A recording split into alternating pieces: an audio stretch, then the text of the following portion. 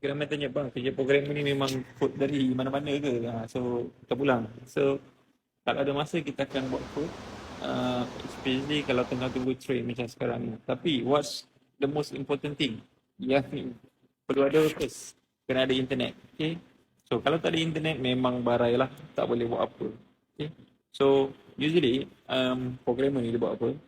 Biasa dia buka hotspot dekat dia punya phone. Okay, tak ada masalah.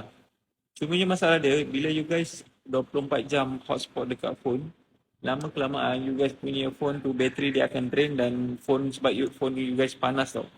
So, cara yang lebih baik you guys dapatkan modem yang ni. So, yang ni aku baru beli 2 minggu lepas. Kan memang the best TikTok dan dia ada bypass. Maksudnya, dia dah bypass data yang korang guna tu pakai data internet. Bukan pakai hotspot. Jadi you guys tak perlu risau. Just masuk je. Boleh guna macam biasa, guna data. Biasanya korang pakai data unlimited kan. So dia ada power button. Dia akan on lah macam ni. Okay.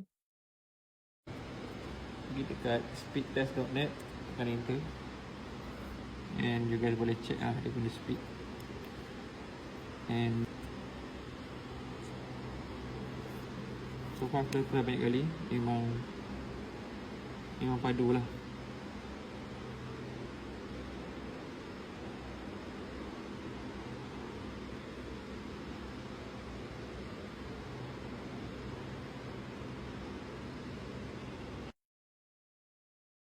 Okay, lepas tu you guys pun boleh lah